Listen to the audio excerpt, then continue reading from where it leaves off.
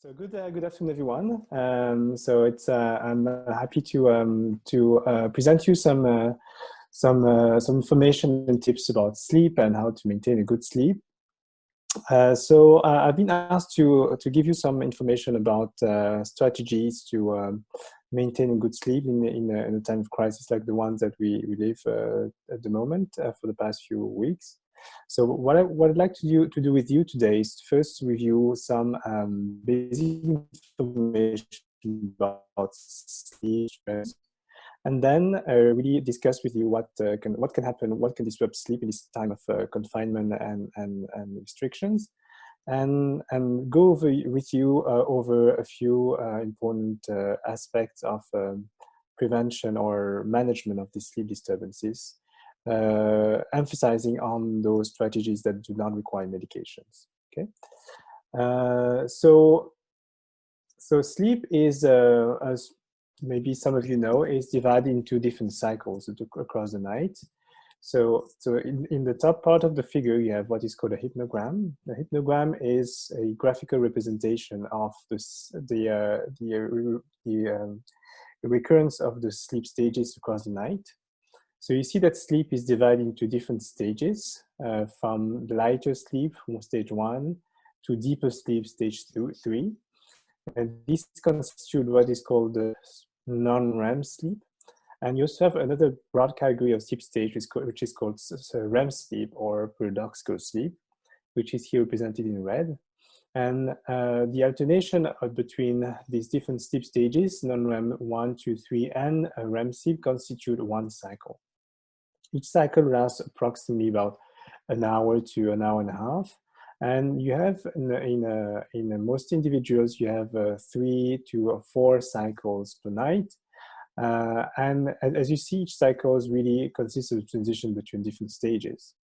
And what is so important to see is that all these stages are not similarly recurring across the night, in the sense that in the beginning of the night, in the first cycles, you mostly have a lot of, you have more deep sleeps, like more stage 3 sleep. Right towards the end of the night, you start to have more and more REM sleep. So the distribution of sleep across the night is not similar across stages. Okay, so in total sleep, so as I said, REM sleep is one type of sleep stage, which accounts for 20-25% of your total sleep time, and non-REM sleep accounts for 75 to 80% of sleep time. And it's subdivided into stage 1, which is just a state of drowsiness. Stage 2, which is actually most of the sleep time, 50%, and correspond to some level of stable and intermediate sleep. And stage 3, which is really the level of deep sleep that occurs during 15 to 20% of the night. Okay, I'm not going to go into details about sleep structure and sleep staging, because this is really specialized, but this is just to give you an overview how we can actually differentiate between those sleep stages. Most of this distinction is based on the recording of the brain waves on the scalp. So for that, you apply electrodes on your head, and these electrodes are going to be recording electroencephalography, which is basically recording of the brain potential produced by your neurons. And those potentials, those electrical potentials, they can give rise to different waveforms when the neurons are active in a very synchronous way. You can have large waveforms, and what you see actually across the sleep-wake cycle is that from transition from wake to stage 1, you have the EEG that starts to slow down, which more synchronized activity. And as sleep deepens, you have more large amplitude and low frequency waves, like these low waves, which really reflects that the neurons are synchronized together, which means that they fire together across a large number of neurons. So that's really how we can distinguish deep sleep from light sleep, for example. And during paradoxical sleep, the pattern of brain activity resembles to some extent drowsiness or wakefulness, but you also have the sleeper displaying rapid eye movements. And another really important characteristic is that the muscle tone is completely abolished. This is called muscle atonia. And that's because this is the stage of sleep during which most of our very vivid dreams happen. And having muscle tonia helps actually our body stay quiet during our dreams, which is very important. And these rapid eye movements seems to or thought to reflect actually the dreaming, the mental content during our dreams. So that's for the architecture of sleep. Now, very briefly, I think in terms of sleep regulation, there's two important things to remember. Is that our ability to produce sleep across the sleep, the day and night cycle depends on two main factors. Okay, and these two main factors. This seems complicated, but it's a very basic principle. First, we know for now decades that our ability to sleep is depending on the accumulation of some sleep pressure throughout the day, which means that the longer you stay awake, the more likely you're going to fall asleep. Okay, because in the brain, as you stay awake, there's going to be some different substances, neurotransmitters accumulate in your brain, and at some point this will give enough sleep pressure for the sleep to start. Okay, and this is represented by this curve in blue. So as you wake up, your sleep pressure increase, and then once you let's say that this person goes to bed at 11 p.m. and sleeps, and then and when you sleep, this sleep pressure decrease and goes back to baseline, and then accumulates again. So that's what is called the process S static, which is the progressive accumulation of sleep pressure throughout the day. The other important process is what is called the process C, which means that our sleep and wake is also timed. It's also tied to the day and night alternation, and this is due to the effect of light on our sleep circuits. Because when we have during the day with the light will stimulate some certain cells in our retina that will connect to what is called the biological clock, which is a center in our brain. Actually, it's called the suprachiasmatic nucleus. It's in the hypothalamus, and this structure contains neurons that will be basically receiving the input from the environment, from the light, to inform our body, our brain, about this light and dark cycle, in such a way that our standard sleep will also be actually a tendency to stay awake will be stimulated by the light through this system. That's the curve in red. So this wake drive, driven by the circadian system by the light, will contribute to maintain our brain alert during the day, and then with the darkness, with the lack of light input, this will basically decrease and increase our tendency to fall asleep. So two processes that are very important for sleep regulation. So the S and the C. Okay, and these will be important for later, and I'm going to repeat that later, but just to give you a very brief idea. If you take a nap during the day, if you take long naps during the day, you will decrease your sleep pressure, and this may impair your ability to fall asleep at night, because you basically decreasing your process S, your sleep pressure. And if you do not have a lot of light stimulation during the day, then you disrupt your process S in such a way that the regulation of your sleep-wake cycle by the light will also be disrupted, and you'll be more likely to be sleepy during the day. Okay, so these are two important considerations why it's important to avoid long naps, for example, and to be exposed to enough light during the day and darkness at night.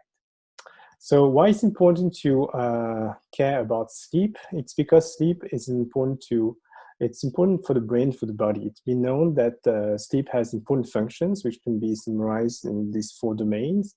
It's known that sleep is important for what is called brain homeostasis, which is basically the fact that during sleep, the metabolites, the different substances produced by the activity of our neurons needs to be cleared out of the brain. And we know that during sleep, the system, which is called the G lymphatic system, seems to be more efficient in cleaning the different metabolites, different products of the activity of our brain.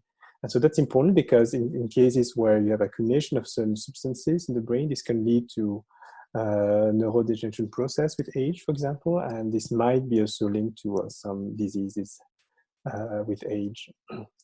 So first, cleaning, brain homeostasis. Secondly, long-term information, memory consolidation. It's been now known for a few decades that when you sleep, you memorize information better than when you stay awake for the same amount of time, which seems to be linked to the fact that during sleep there's a reactivation, a reprocessing of the information that was learned during the day, or in such a way that the connection between certain brain regions is strengthened and memory is consolidated when it has the occasion to undergo this process during sleep. So that's important. It's not for all types of memories, but particularly for memories, for declarative memories, so memories of new information that you learn through the day, and also for some type of, at least from some type of motor skills, also can also be consolidated by sleep. Outside the brain, the sleep has important functions on the body by regulating the secretion of different hormones through the body, which regulates appetite, which regulates glucose metabolism, which regulates other functions. So it's very important because disruption of sleep can lead to a metabolic disruption, for example, due to the disruption of these hormonal secretion.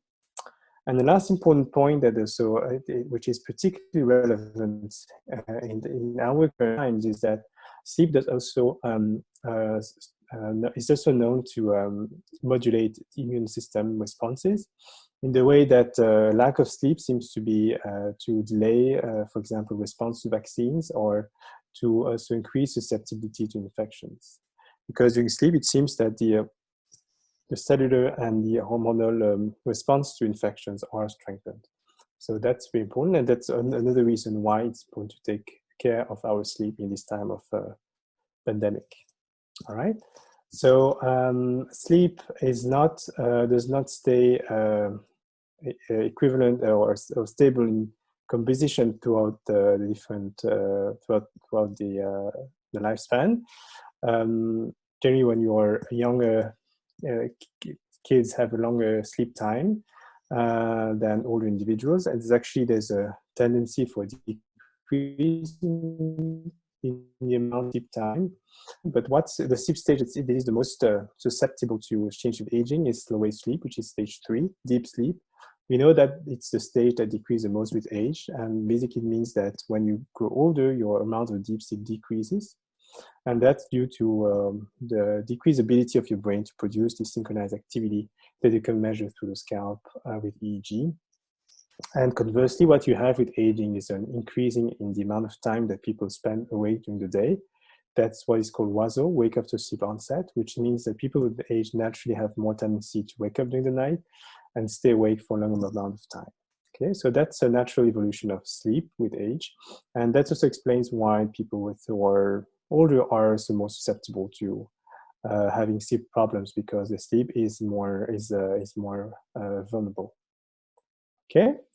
That being said, if you look through the recommended sleep times throughout the different ages, through the different age groups, as I said, so when you're a baby or a young child, obviously you need more sleep, and that's something you probably all know. So between 10 or 15 hours, depending on the age group. Now, in adults, the average recommended amount of sleep is 7 to 9 hours. So these are the regions, these are the color in yellow, but some people might need only 6 hours, other people might need up to 10 hours. And that really, what it really shows is that it's very important when you think about your sleep need, not to stick to one single duration, because duration of sleep does not tell you anything about the quality of sleep, the composition of sleep, how much deep sleep, for example.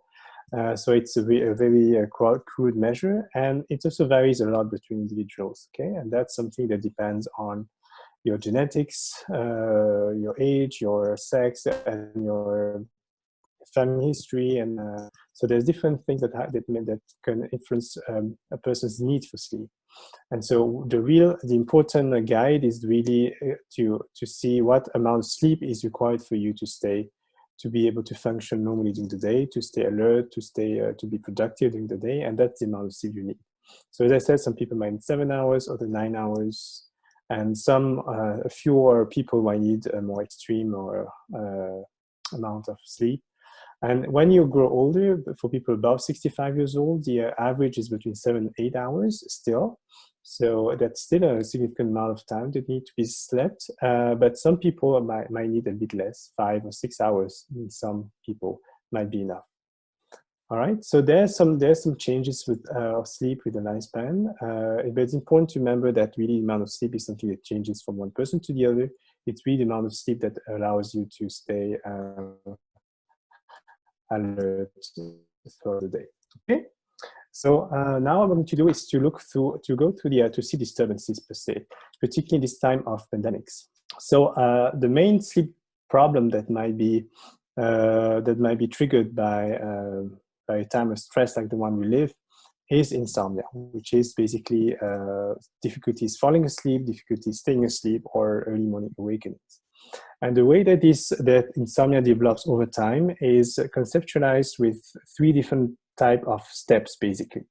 So the first step, or the first consideration, is what is called a predisposing factor, which means that not everyone is equally vulnerable to develop insomnia. Okay, so some people will be more vulnerable to others depending on family history, for example, or some age. As I said, if you grow older, you'll be more likely to develop sleep problems, or certain psychological or social considerations might make people more vulnerable or less vulnerable to develop insomnia. So that's what's represented in this light yellow color, okay?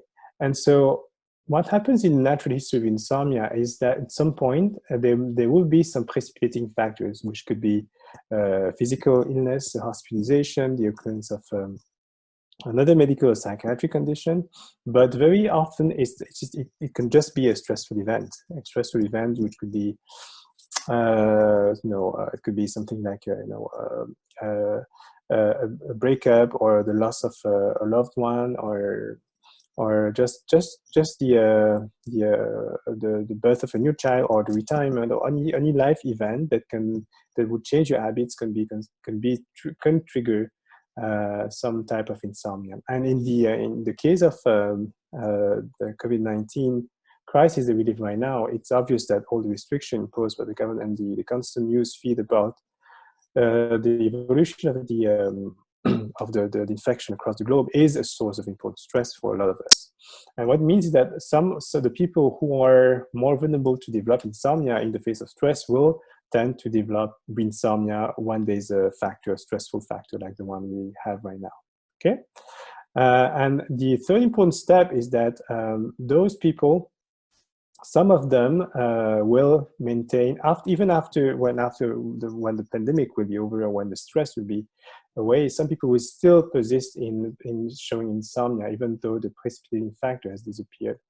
And that's because in some people there will be some habits or factors that will be implemented, taking place, where people will will change their lifestyle in such a way that this will actually be counterproductive for sleep and perpetuate insomnia over time. Okay.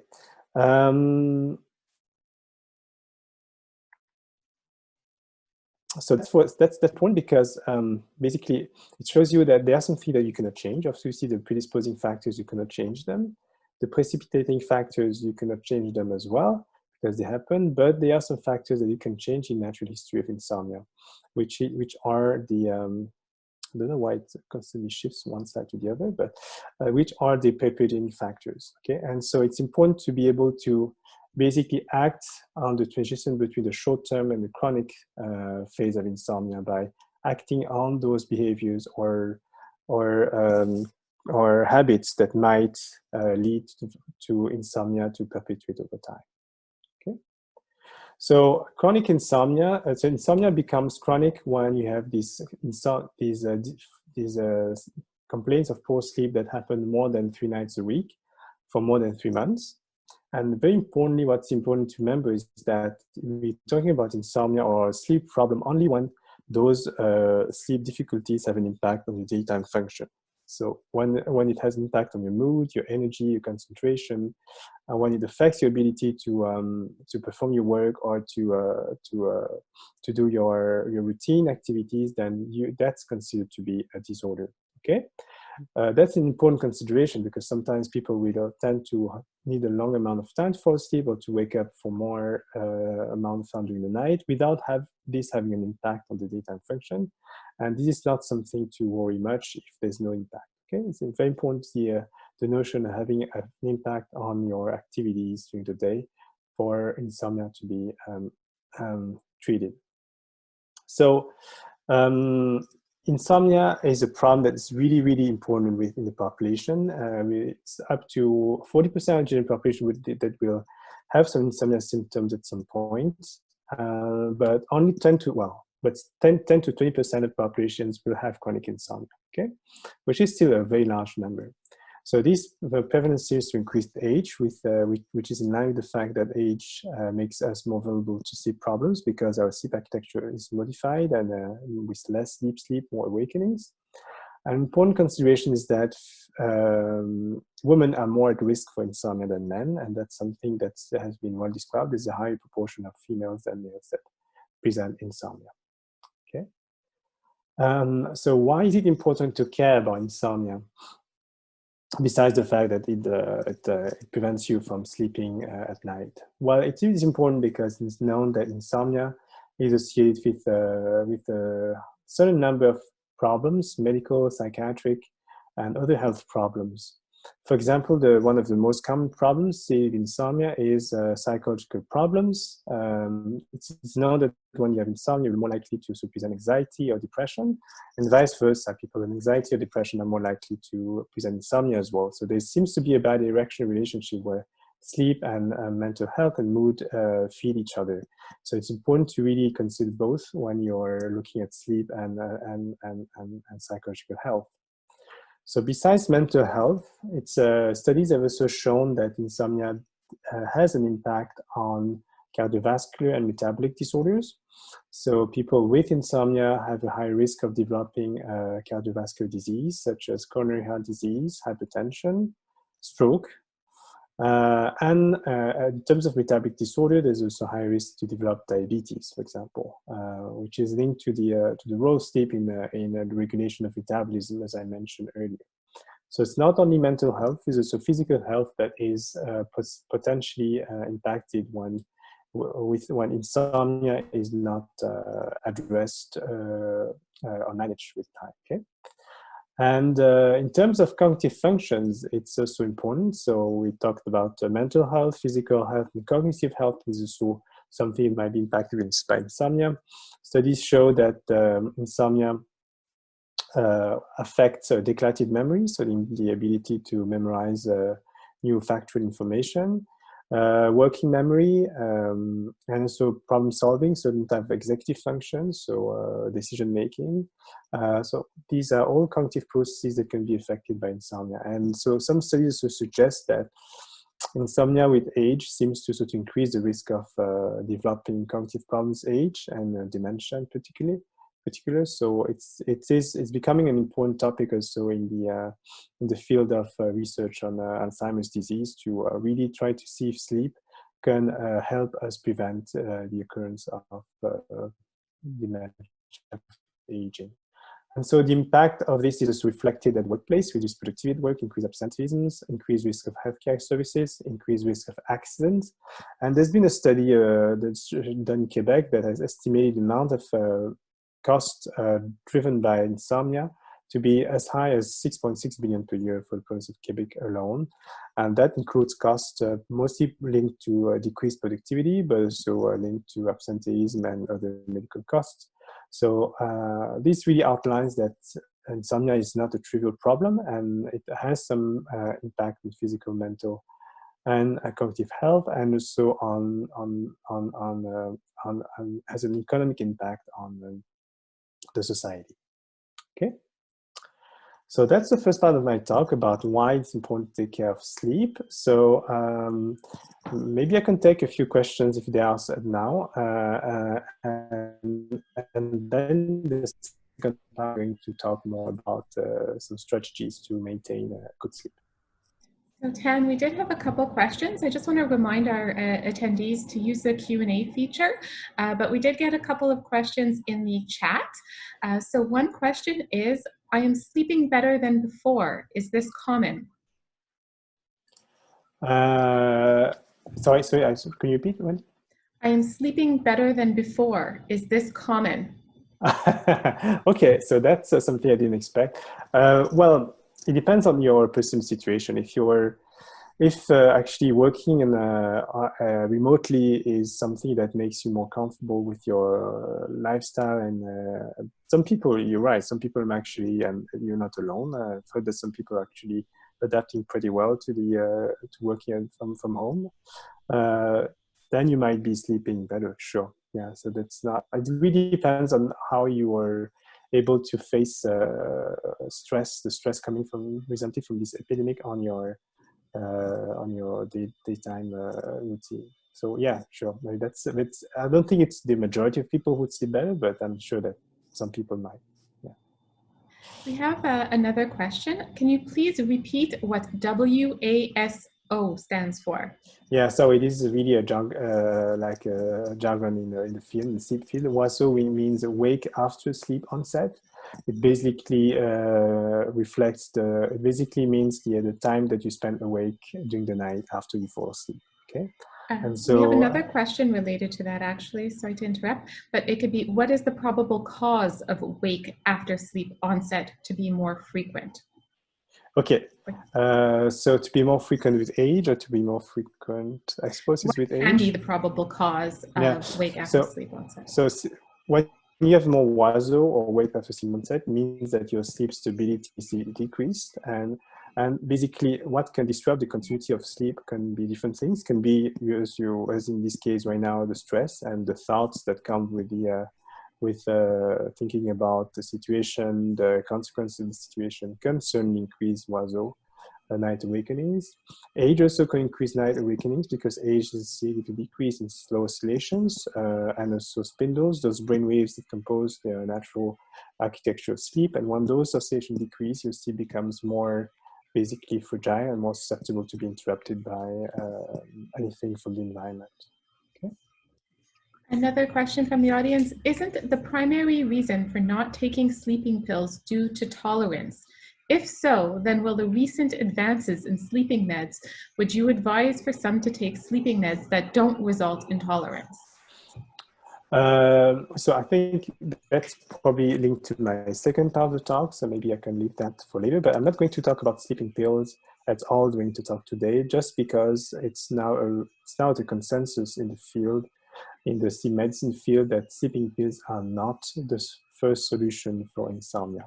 Okay, so I repeat, they're not the first solution for insomnia. Sleeping pills are only useful if the non-pharmacological approaches do not work, and in certain cases. But if sleeping pills are taken, they should always be taken for the shortest amount of time possible, which is usually 2 weeks maximum, usually maybe a bit more, but this has to be supervised by your doctor, and with always the mind of decreasing the medication, because there's no, I mean, the majority of sleeping pills that are out there do have some tolerance effects, and also which means that the effect will decrease with time, and so it will require an increasing amount of dose, and this will increase the amount of side effects, which are not trivial. There are some effects on memory, on falls, on balance, and so on. Another similar question is, melatonin is often used in adults for traveling against time zones or shift work. Would you suggest melatonin for insomnia? So that's a very good question too. So right now, there's no clear evidence that melatonin is working well as an aid for insomnia. That being said, melatonin is often used, particularly in older people, because the other sleeping pills do have a lot of effects, potential effects on memory function, which is problematic or balance, which is very problematic for older people. So melatonin tends to be used more often. And there are some studies, not many, that show some potential benefits of melatonin particularly in people with cognitive problems. So if you have sort of people with cognitive impairments with age, sleeping pills are usually not recommended because they might worsen the situation. So melatonin is sometimes given. But the effects, when they are usually very modest. So what I would say is that you need to talk about this with your doctor, but if you take this, it should be only in certain situations. And it's not, because you have to understand the melatonin is not a sleep-inducing pill. It's melatonin is basically one of the hormones that is released when during the dark phase of your cycle, when there's no light input from the environment.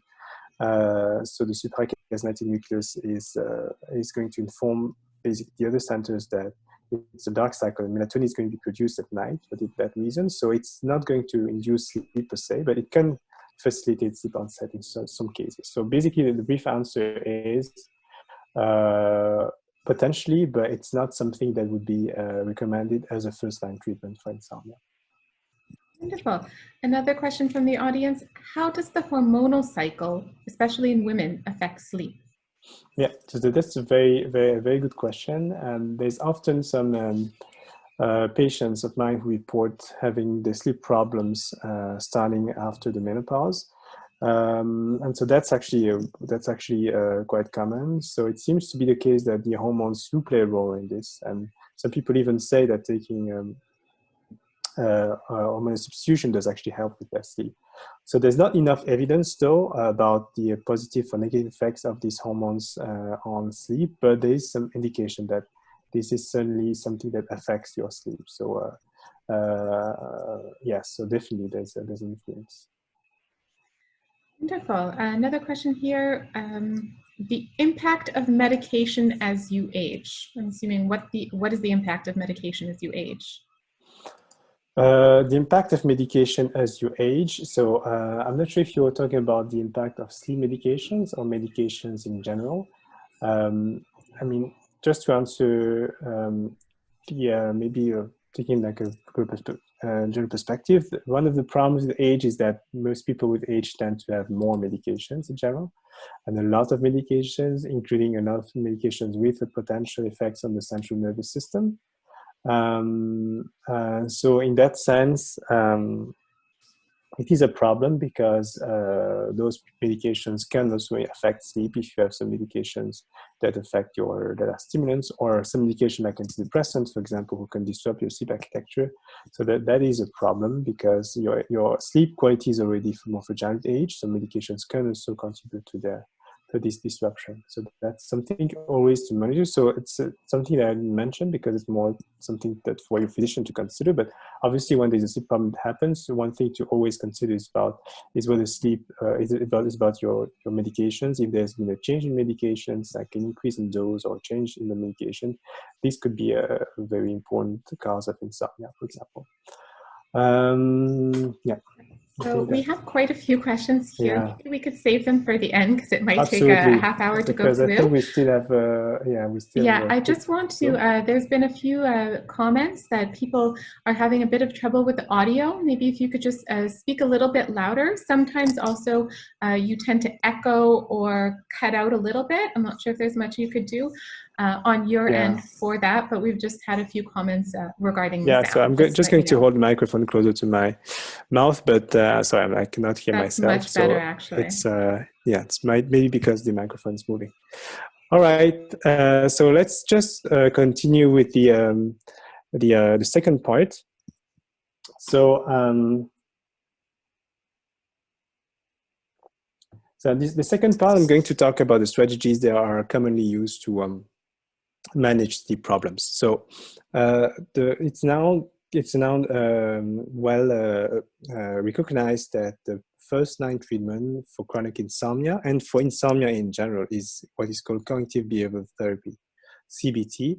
And so CBT is an approach that can be adapted to different type of conditions: insomnia, anxiety, depression, for example, pain even. But in the field of insomnia, it's really composed of different strategies that are targeting different aspects of sleep. And that's what is represented on this right side of the graph here. So you have different components. You have that I'm going to mention in the next few minutes. We have a contribution about sleep hygiene, relaxing, about what is called a cognitive therapy. So we are appraising your thoughts about sleep, stimulus control and sleep restriction, which are basically changing your sleep schedule and sleep habits to increase the sleep pressure. So these are all components of this approach, and these can be, of course, they can be learned or applied, implemented gradually, and that's how it's done usually, or also personalized depending on the person's main problem. Okay, so basically the general goal of this approach is really to target these perpetuating factors that I showed you on the graph some minutes ago. So those perpetuating factors that can make people keeping or maintaining the insomnia problems time, even though the stressor, for example, has disappeared. And so why is it important? Why is it recognized as the first-line treatment? It's because it's been shown to be effective in different clinical studies consistently to be working at least in 2/3 of the cases, including patients who have comorbidities, who are older. So it seems to work pretty well in the majority of people. So with long-lasting effects, and obviously compared to medication, it's well tolerated because it's basically a sort of psychological intervention, so there's no significant adverse side effects. So this is why it is now commonly recommended by all the health organizations being the first-line treatment for chronic insomnia. And so the way it's applied, it can be applied through group therapy, so that's or individual therapy sessions, and usually it is a very limited number of sessions, not something that will be lasting for hours, years. It's usually 6 to 8 sessions, or even some formats have briefer versions with 1, 2, 3 sessions. But now, more and more increasingly, there are some options to be able to access to this treatment online with modules that can be accessible by people and have been validated by different studies that basically will show you the CBTI approach that you can follow by yourself online. So it's important that to know also that CBTI has been shown to be useful not only in people with insomnia and who are older, but also in people with insomnia associated with depression, people with insomnia and chronic pain, for example, fibromyalgia, and even insomnia in cancer patients.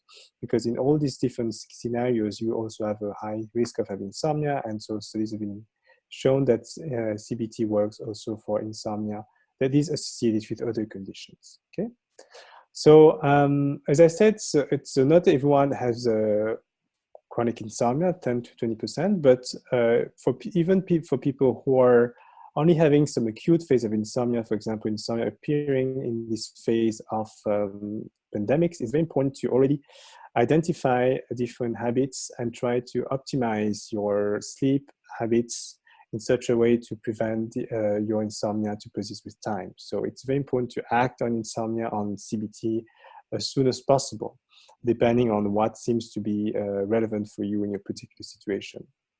So usually what is recommended is obviously to consider all the elements of sleep hygiene. So it's to review your daytime and nighttime routine to see if there's anything that can disrupt sleep that I'm not taking care of. Okay, so first thing about sleep hygiene, what are the healthy sleep habits? The first thing that is keeping regular sleep schedules. So regular sleep schedules mean that it is important to go to bed and to wake up about the same times every day, especially between weekends and weekdays. There's a lot of us have tendency to sleep longer or later during the weekends. And that's a particular problem for people who have sleep disturbances. So if you start to have sleep problems, insomnia, or it is very important to keep regular sleep schedules just to help your brain follow your circadian rhythm that is controlled by your biological clock, and have your sleep in line with this normal schedule of your sleep, okay? The natural schedule of sleep. So that's very important to keep regular sleep schedules, particularly as you age, because as you age, this system of this circadian system, so this regulation of sleep according to the time of the day is also disrupted. And so it becomes even more important to maintain a regular sleep schedule. So the other things might seem obvious, but sometimes it's not. So the fact of avoiding to take stimulant caffeinated beverages in the evening seems obvious, but this does not only include coffee per se, but also tea or even chocolate, hot chocolate, for example. Those are all beverages that include caffeine or stimulants. Some people are not aware that tea, for example, is actually quite stimulant. So it's important to try to prefer non-caffeinated beverages. If you like tea, take herbal tea, for example, which does not contain caffeine. That's very important. In terms of drinks, alcohol is also something important to consider. Alcohol is important as in the fact that it can help you feel more relaxed and so help you enter sleep, but it does also produce a very disrupted pattern of sleep where you tend to awake more during the night. So alcohol is certainly not a good solution for sleep problems. Other than that, I think a very important point in terms of sleep and day routine is to maintain a sufficient level of physical activity during the day. Why? It is because when you keep yourself physically active, you are contributing to build this sleep pressure that is, as I said, was important to induce a sleep.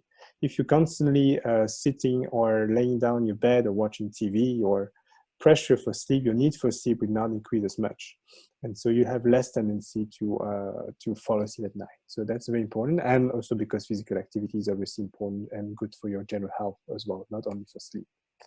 And in this time of confinement, of course, gyms are closed, and so there are some limited options. But just the fact of going out in your neighborhood safely, or in this case, with a mask, according to government recommendations, for a couple of minutes, 3 minutes per day. Even if you're able to follow some workout routine that you can do at home using different YouTube channels. There are a lot of options now to do workout routines from home. That would be something that certainly would help for your sleep. Ideally, not too late during the day. It's possible in the afternoon or in the morning or in the early evening. But the important is to keep yourself active.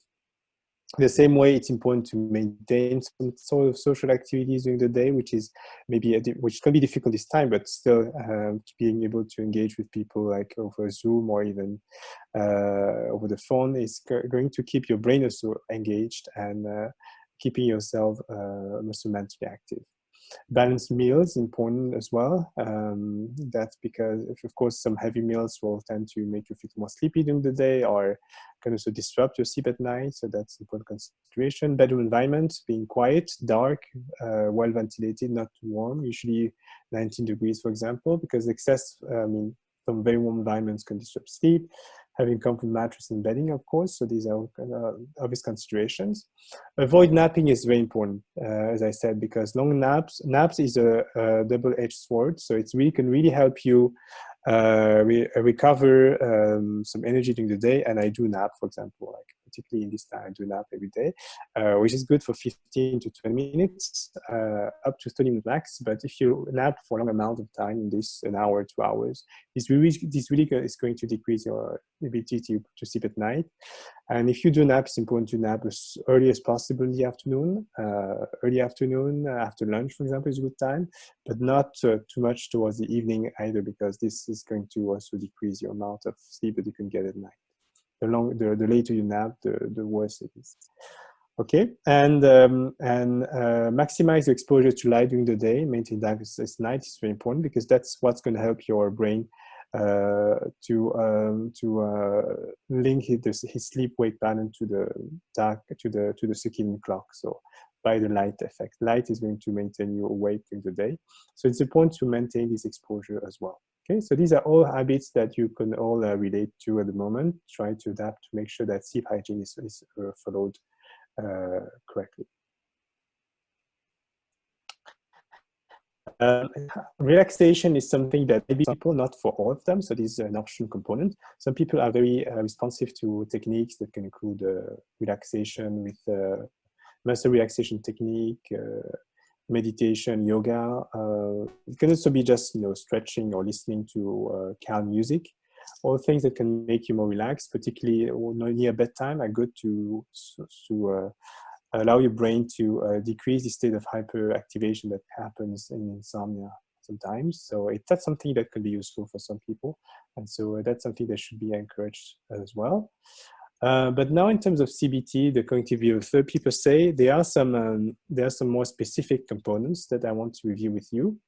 And the first component is called cognitive therapy, and that's something that is linked to the fact that a lot of people with insomnia over time, they tend to develop dysfunctional beliefs about sleep and adapt some of their behaviors accordingly.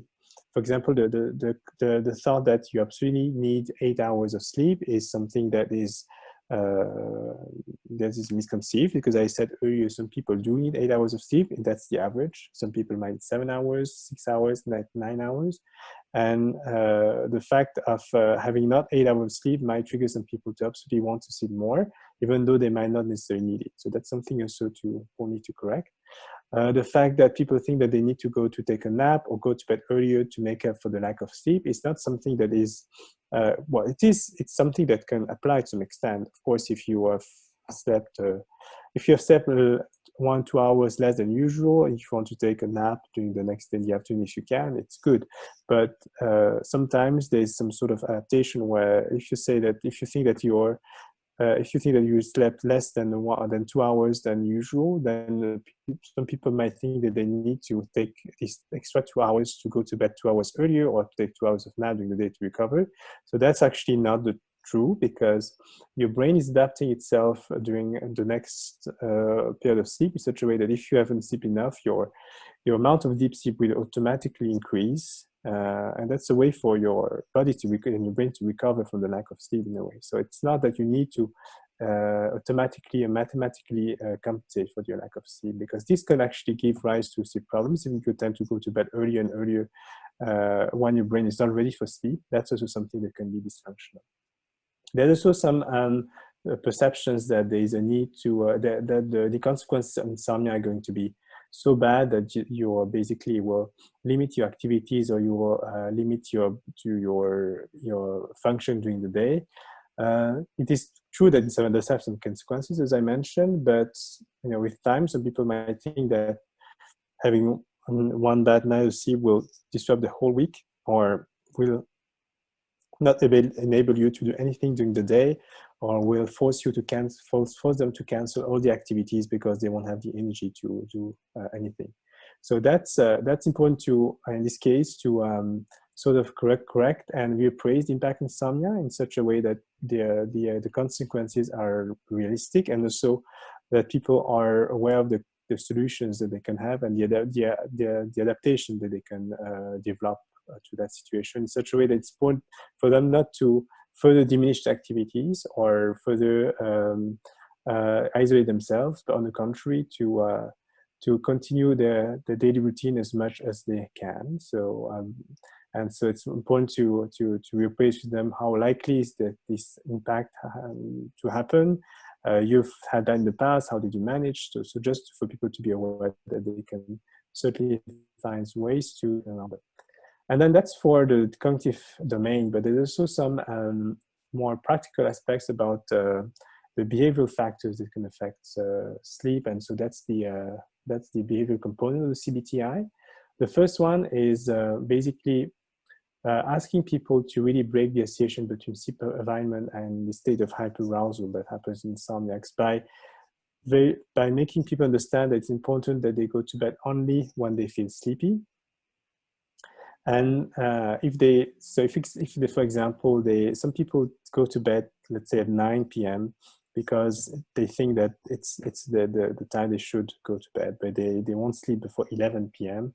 And because they're only feeling sleepy at 11 p.m. So it's important for people to understand that it's the time to go to bed, which has to be regular. It has to be the time where they do feel sleepy, not the time where they think they should be going to bed because they have nothing to do.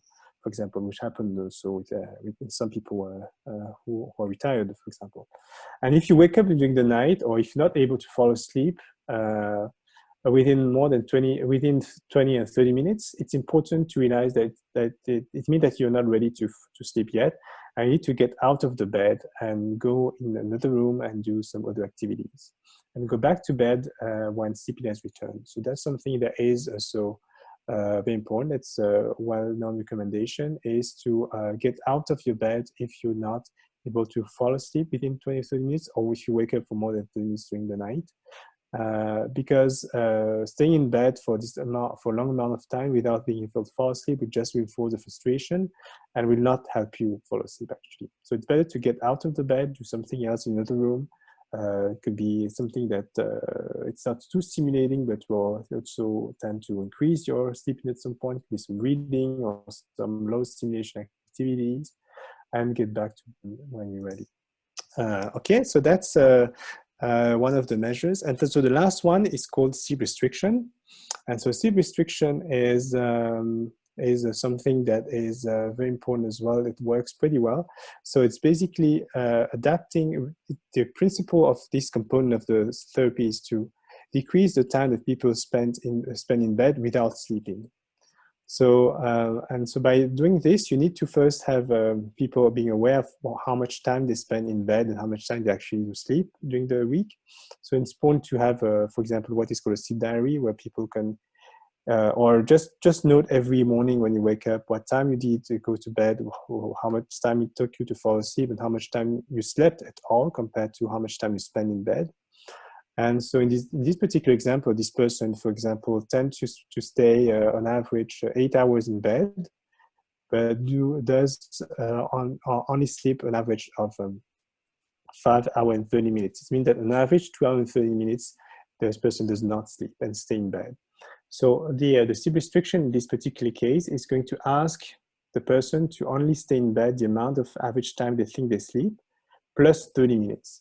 So instead of spending 8 hours in bed, you will going to ask this person to stay only 5 hours and 30 minutes plus 30 minutes, so 6 hours in bed. And this will be done by usually pushing the time to go to bed to later, but maintaining the time of getting out of the bed in the morning the same. And in this case, you're going to ask the person to basically go to bed 2 hours later. Voilà ce que nous donne une recherche rapide.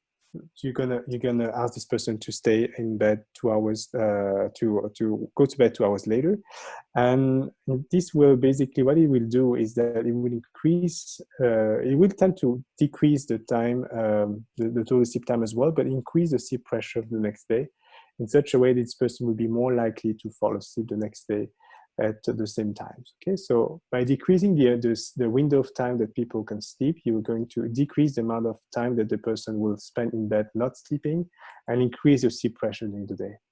So this can be a bit paradoxical as an approach, but that's been shown to be quite efficient. By restricting the time in bed, you can improve the amount of time that you're sleeping. And obviously this will create some time, maybe some increase in sleepiness, but over time, one person will be able to sleep more during these 6 hours. If the person sleeps 6 hours out of the 6 hours in bed, then you can progressively increase the window so that you can stay 6 hours and 30 minutes, 7 hours in bed gradually, up to a certain balance where the person does not spend too much time in bed not sleeping. So it's basically called sleep restriction. So this restricting the time window in bed to the point where the person is able to sleep most of the time where he's in or she is in bed. Okay. And so finally, the last thing that is also important to take in mind is that light is an important part of the sleep-wake regulation. And it's important also to have some time, especially for people who are not, who live in very dark environments with not much light exposure, to have some light exposure during the day. So light has been shown to be helpful in people with circadian problems. So people who tend to have delayed sleep phase or advanced sleep phase problems, which means people who tend to sleep later and wake up later, or sleep earlier and wake up earlier. But in insomnia, it might also be useful. There's not much studies, but some studies indicate that having light in the morning can be useful in people who have sleep onset problems, I mean people who have tendency to have difficulties to fall asleep, or people who have delayed sleep phase, so people who have tendency to only be able to sleep later at night. But if you are a person who has more tendency to have problems staying asleep, so basically you don't have difficulties to fall asleep in the middle of the night, but you do have difficulties where you wake up early in the morning or too much during the night, so light in the evening can help. Okay, so in terms of light, the best light is obviously the natural light. But especially in winters when there's not enough light, some light therapy devices can also help in this case. Okay. And with that, I think I'm at, is it 2 p.m. already? It's 3 p.m. Okay, so I think it's, we already passed the normal time. Before we open the second session of questions, I just want to say that there are some resources that you can access. If you want to know more about our research activities, these are the activities, the WhatsApp, the lab. But there's also some important information that you can find on the website of the Sleep Society and of the Fondation Soleil, which will give important information about professional providers for sleep problems, and also some information about sleep disorders. There's also an important initiative that was initiated at the Canadian level, which is called Sleep on It Canada, which is a campaign where which is aimed to increase awareness about sleep problems. And the website Sleep on It gives you a lot of information, not only about insomnia, but about also the other sleep disorders. And I do also encourage you to have a look on this to have more awareness about sleep and sleep problems in general. And yeah, that's it. Now we're going to take questions. So Tan, we have over 50 questions. I'm not sure we'll be able to get to all of them, but maybe we could take a few right now, and then we'll post the answers to the rest of them on our website. Sure, let's go. All right, so one question is, does everyone dream? Is it a problem when one does not remember dreams? No, it's not a problem at all. Not remembering dreams doesn't mean that you don't dream. It can mean that you do not remember your dreams. So it's well known that your dreams the recall of dreams is very difficult because the brain areas that involved in recall and memory are kind of deactivated during your stage of dreams. So this is not surprising. If you do not dream, it's not a problem at all either. Some medication actually tend to decrease the amount of REM sleep and will also decrease your ability to dream, but this has not been linked to any health problems so far. Great. Another question is, how is the second wind explained through the sleep drive and wake drive? I'm not sure I understand the question. I'll repeat. How is the second wind explained through the sleep drive and wake drive? The second wind? I'm not sure I understand what it is. Sorry. All right, so if you were the one asking the question, maybe if you can clarify, we'll move to another. Yeah. I sleep with the TV on all night. What are the impacts? So it's a very good question. So that's very common. So it's definitely not a good impact for different reasons. So I haven't mentioned this, and actually I should have included this in one of the sleep hygiene tips. It's also recommended not to be exposed to screens too much during the evening, and that includes TV screens, that includes computer screens, that can include iPhone screens, for example, or other smartphone devices, because your screen is going to produce a lot of light, and particularly blue light or white light, and this light will basically stimulate your circadian wake drive and can disrupt your ability to fall asleep, just because it's going to influence, the circadian system that I showed you earlier.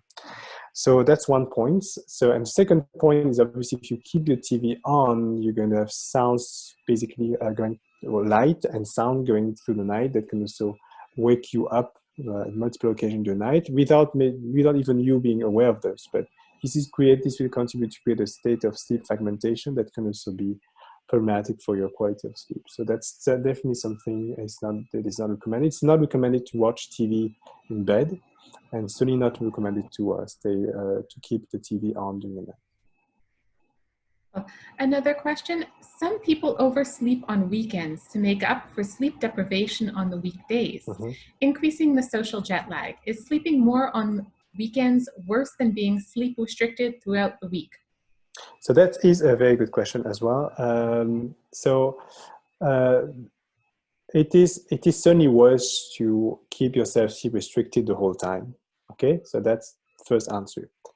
Recovering the weekends is better than being sleep restricted all the whole time. But recovering during the weekend is not enough to have you the same health risk than someone who sleep a good amount of time the whole time, basically. Okay, so and this recovery during the weekend usually can work for some time, but as you age, these systems can also be not enough for you to recover. And this recovery, what is important to know is that this recovery can can be efficient at can make you recover at your ability to function during the day, but it has been shown that this does not always translate in your ability to minimize your cardiometabolic risk, for example. If you do have this kind of pattern, the sleep restriction and even recovery, you still are likely to have increased risk of diabetes, for example, or metabolic disorders. So I would say that it is a common strategy. It is better than not sleeping at all. The amount of time during the whole time, but it is not as good as having a normal amount of sleep, obviously. Another question, which part of the sleep cycle is most beneficial, and how does one know how much of this cycle one is achieving? So that's important. Is very important. So as I said in my first slides, the first cycles, so the first cycles of the night are richer in terms of slow wave sleep, so deep sleep, and the last part of cycles of the night are richer in terms of paradoxical sleep. So in terms of recovery, that's why it's very important that to preserve your first sleep cycles. That being said, both stages are important for an optimal function during the day. And it's not always possible to know in which part of the cycle or stage you are. If you do wake up and remembering your dream, you're more likely to be in REM sleep than non-REM sleep, even though you also dream during non-REM sleep. But it's difficult, something it's not possible to predict. All sleep is important, all stages of sleep are important, but particularly in terms of recovery and brain function, the first cycles are important because they are richer in slow wave sleep. Another question, how do I manage my difficulty sleeping with shift work and pandemic? Yeah, so shift work is a tricky issue because we know that shift workers tend to have to be sleep restricted, like generally, because they have to sleep at opposite times of their natural circadian clock. And so shift work has been shown to be increased, to have increased risk of cardiovascular and metabolic problems. So that's something that's well known. So how to cope with that is to make sure that you're still having enough opportunity to sleep, and not try to minimize your sleep restriction as much as possible. But at the end of the day, I think it's important also to be able to not keep these night shifts all the time. So it's important to be able to change maybe your work routine with time, because it is considered a health risk factor to be working night shifts. Yeah. Here's another question. Developing and hidden organ failure is a cause of insomnia, but insomnia is what we are aware of first. Unfortunately, we do not look at what is not yet something we can diagnose. An early predictor of physical illness or injury is a change of respiratory rate. Do you measure respiratory rate in your studies? Oh, that's a long question. So I didn't mention the assessment of insomnia because that's something that's more for a medical crowd. But basically, the way that to evaluate sleep, it really depends on the type of sleep problems you have. So if the main complaint is insomnia, the evaluation is mostly based on questionnaires and interview, just to give an idea of the intensity, the type of complaint, the possible cause, and make a history that can give rise to insomnia complaints. It's only when you have a suspicion that there are some other sleep disorders that are at play, for example, sleep apnea, or maybe someone having a lot of movements during the night, that you do measure sleep in the laboratory. With what is called polysomnography, where you record the EEG, but also the eye movements, the muscle tone, the respiration, breathing, the EKG, to have a full measure of sleep and of brain activity and breathing during the night.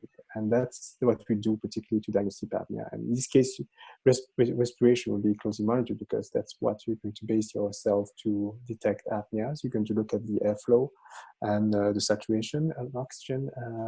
So yes, we do look at that, but only when there's a suspicion of sleep apnea. Yeah, maybe just a couple more questions. What are your thoughts on calming herbal teas which contain valerian? So good question. I think valerian has been used as a sleep aid, like a natural sleep aid. There's no strong evidence to suggest that it actually does work.